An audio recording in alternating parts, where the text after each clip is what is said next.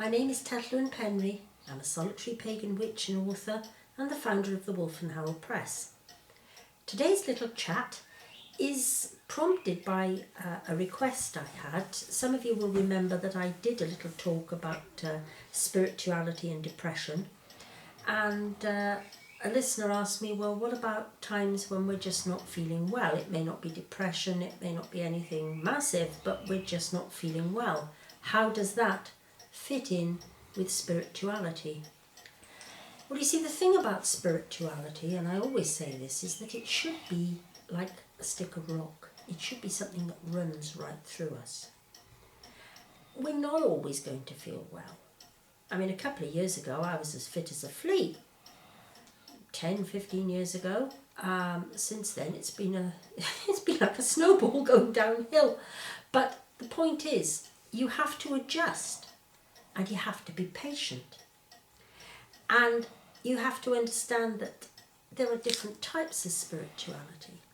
And there are different things we can do on our spiritual path according to how we're feeling at the time. For example, it's important to concentrate on the good within us rather than the things that aren't working. That's very important, because otherwise we become so obsessed with what we can't do that we forget there are still things we can do. So that's important. I think it's vital to understand we're all going to get patches where we feel absolutely yuck and we don't feel like doing anything. Does that matter? No, it doesn't. Don't let anybody tell you otherwise. We all have times where we come to a halt. Either because of stress from outside, from illness, all sorts of things, circumstances beyond our control, and maybe our minds are full of things we can't deal with in any other way. I find very small meditations are helpful, just a quick phrase, things like that. I mean, I always used to write in my magical journal. I'd have one little saying that would act as my sort of mental prompt for the year. And that's often a good one to do, because it just keeps us ticking over. Never be afraid of the idea that we are just ticking over for the time being. We are sometimes, all of us. And, if you can't get out and about, well then there are things that you have to think of doing indoors. I used to make myself lists. I'm a great one for making lists because I forget things otherwise. And I used to find that I used to make these lists and lose them. And then whenever it was raining, I'd think of all the things I wanted to do if it wasn't raining. And in the same way, when it wasn't raining, I'd think of all the things I wanted to do indoors. In other words, I never got the balance right. It took a real effort on my part to say, right, it's not raining at the moment. I'm going to pop out and, peg the washing out or feed the birds or whatever it was I wanted to do.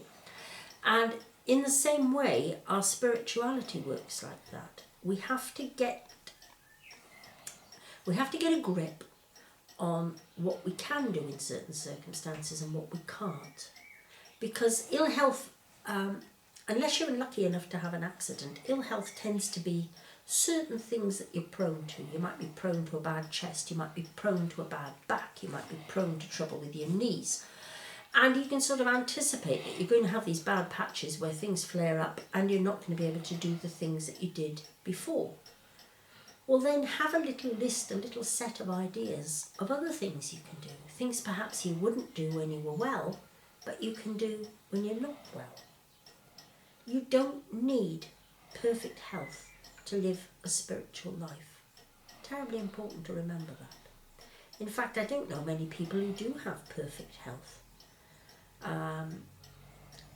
Ill health can sometimes teach us things we didn't even realise we needed to know. I'm not saying that we should welcome suffering, because I don't really go along with that.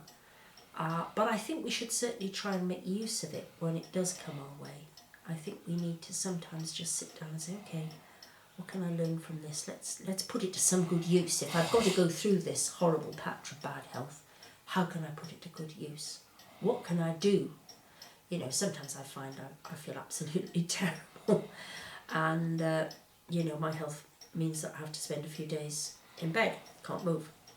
Well, then I try and catch up on reading things that I didn't have time to read before. Now I have to read them. I have to do something, otherwise I'll go up the wall. And it's the same with spirituality. Try and make the most of whatever situation you find yourself in. You may not achieve what you think are great things, but the fact is you will have achieved something. Oh, up, there goes the clock. I think it's going to strike the hour.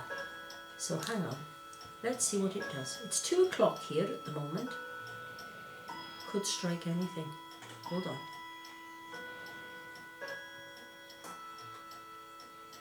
1, 2, 3, 4, 5, 6, 7, 8, 9.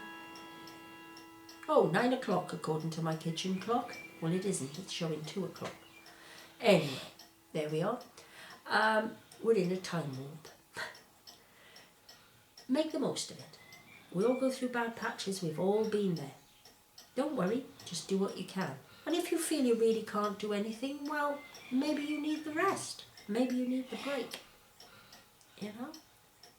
But don't panic. It's the important thing. Don't panic. And never, ever despair. You know, our spiritual path doesn't want us to do that. Don't despair. There's always something going on. I hope you found that helpful. And thank you very much for listening. Goodbye.